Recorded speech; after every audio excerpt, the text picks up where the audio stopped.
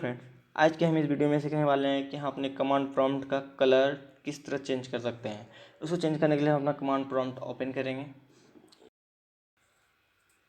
Command prompt open करने के बाद हमारा background colour black and front colour white है, ये डिफ़ॉल्ट रहता है। इसको चेंज करने के लिए हमें कलर मालूम होना चाहिए। कलर मालूम करने के लिए हम यहाँ पे कोड लिखेंगे, कमांड लिखेंगे और कमांड है हमारा कलर एंड डिटेल्स।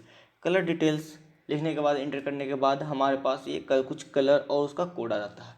इसको हम एग्जीक्यूट करेंगे। उसका सिंटेक्स देखते हैं हम किस तरह लिख सकते हैं। इसका सिंटेक्स लिखने के लिए हम कुछ नहीं करेंगे, सिर्फ यहाँ पे कलर एंड हमारे पास जो बैकग्राउंड कलर में अभी ब्लैक है, पहले इसका कोड लिखा आएगा तो इसका बैकग्राउंड वाइट करने के लिए हम यहाँ पे 7 लिख दिए।